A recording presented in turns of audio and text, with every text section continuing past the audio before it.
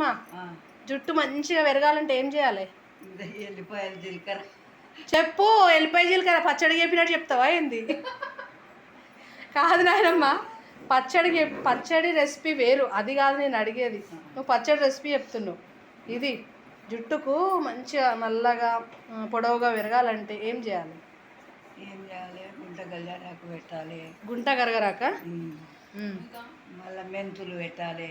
మెంతులు అంటే ఒక్కటి అట్లా చెప్పొద్దు, ఏమేం చేయాలి ప్రాసెస్ చెప్పు.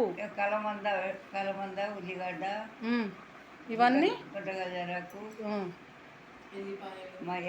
ఎల్లిగడ్డ, మైదాకు చెప్పి కదా ప్రాసెస్ చెప్పు, అయిపోతుంది. మందారపాకు ఇవన్నీ ఆయిల్లో వేసుకొని మంచిగా వేడి చేసినాక అందులోకి వెళ్ళి పసరు తీసి బాటిల్ నింపుకోవాలి.